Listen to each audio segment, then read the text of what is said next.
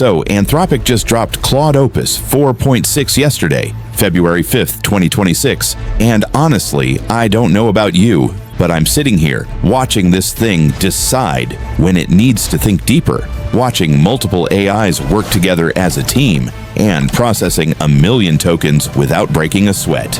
And I'm realizing we just crossed a line we can't uncross, because this isn't just better Claude, this is AI that thinks about thinking. This is agents managing agents, and this is beating GPT 5.3 by margins that shouldn't exist yet. Hit the subscribe button and let's break it down.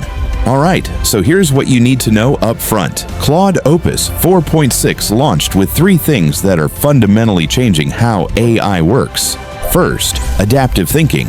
The AI now decides on its own when a problem needs 5 seconds of thought versus 5 minutes. No toggles, no settings.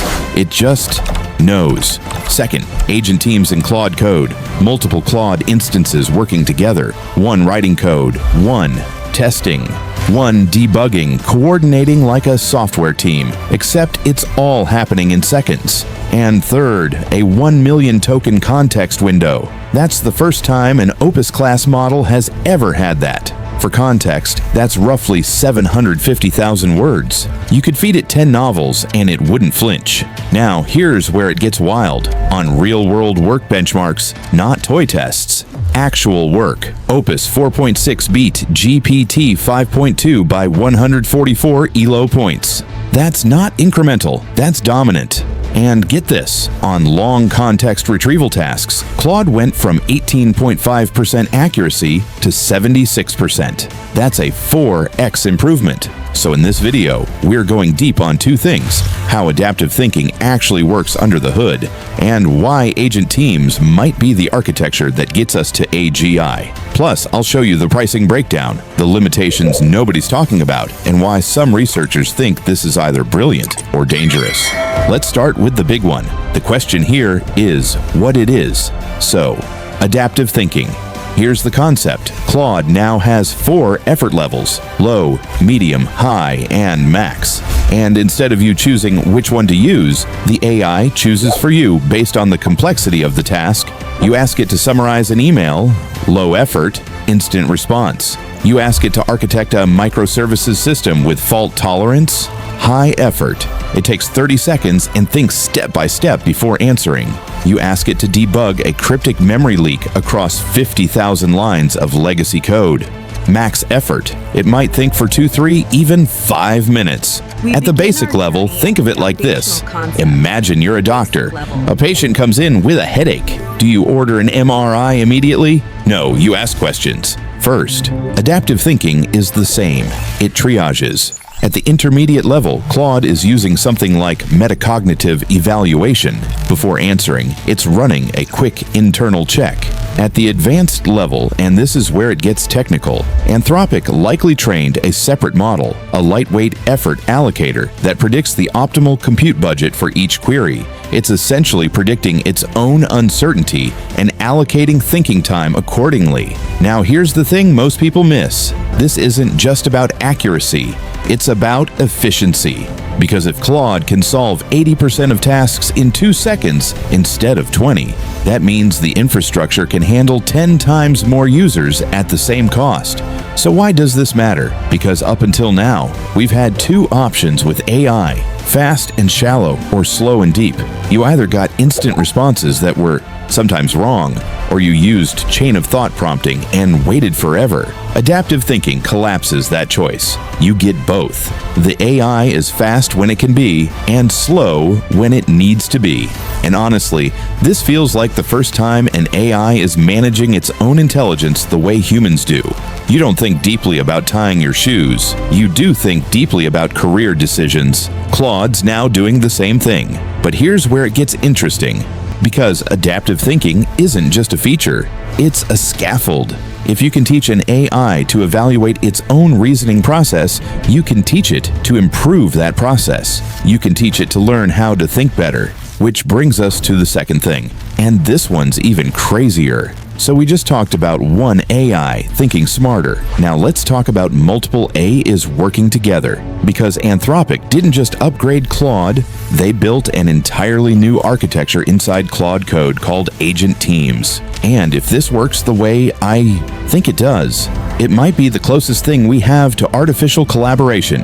Here's how it works. Alright, so Claude Code already existed. It's a command line tool where you delegate coding tasks to Claude from your terminal. You say, build me a REST API for user authentication, and it writes the code. But with Opus 4.6, you can now enable Agent Teams. And this is different. Instead of one Claude instance doing everything, you get multiple instances, each with a specialized role.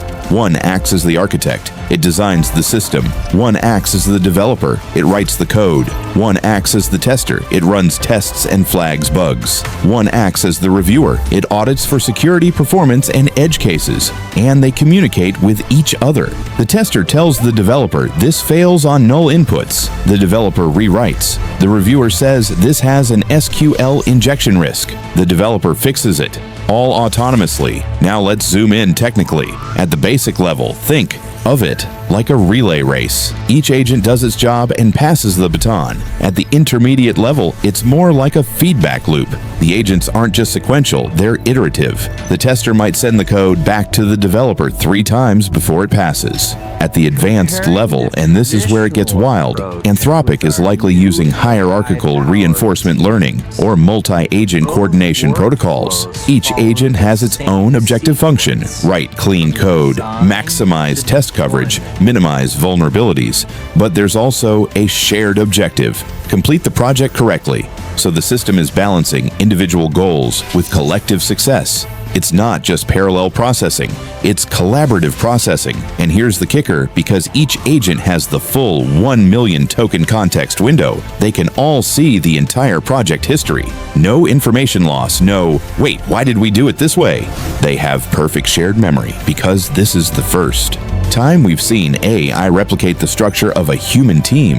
Software engineering isn't a solo activity, it's collaborative. You have architects, developers, QA, code reviewers, and they work together. Agent Teams is the first AI system that mirrors that workflow, and early reports, allegedly from beta testers, suggest that Agent Teams can build production-ready applications in hours that would normally take a small team weeks. One developer on X claimed they built a full SaaS backend, auth, payments, database, API, in 6 hours using Agent Teams. Normally, 2 weeks minimum. Now, I haven't verified that claim, so take it with skepticism.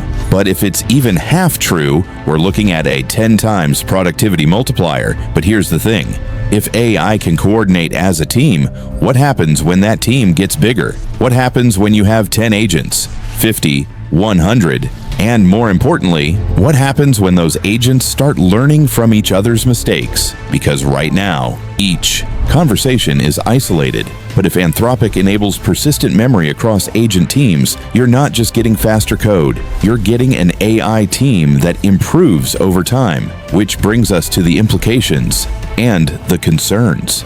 Alright, so let's zoom out. What does this actually mean? On the optimistic side, we're looking at a future where AI handles 80% of routine cognitive work. You're not coding CRUD apps anymore. You're designing systems. You're not debugging syntax errors. You're solving architectural problems. Some researchers like Ethan Mollick at Wharton argue this could be the biggest productivity unlock since the internet. He suggested that AI coding assistants could 10 times the output of individual developers. On the critical side, we're accelerating faster than our safety infrastructure can handle. If Claude can now think for 5 minutes straight, reason deeply, and coordinate with other agents, we're entering a zone where we can't easily predict behavior.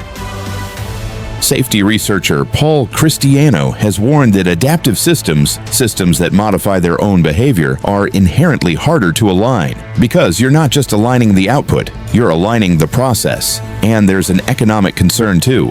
If one Opus 4.6 instance with Agent Teams can replace a junior dev team, what happens to entry-level software jobs? Not in 10 years. In 2.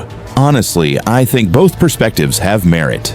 This is a productivity revolution, but it's also compressing timelines we thought we had a decade to prepare for. And here's my hedged take. I think adaptive thinking is brilliant design. I think agent teams is the right architecture. But I also think we're building these systems faster than we're building the governance, the regulation, and the social infrastructure to handle them. So the question isn't, is this good or bad? The question is, how do we steer it? All right, so let's bring it back. Claude Opus 4.6 launched yesterday with adaptive thinking, agent teams, and a 1 million token context window. It's beating GPT-5.2 on real-world work by 144 ELO points. It's improving long context accuracy by 4 times, and it's doing it at the same price. $5 per million input tokens, $25 per million output tokens. This isn't just an upgrade. This is a new category of AI. So here's my question for you, and I want you to answer honestly in the comments. Would you trust an AI team to build your production software, or do you still need a human in the loop? Think about it. Then let me know. If this was helpful, hit subscribe. We break down every major AI release the week it drops. No fluff, just depth. I'll see you in the next one.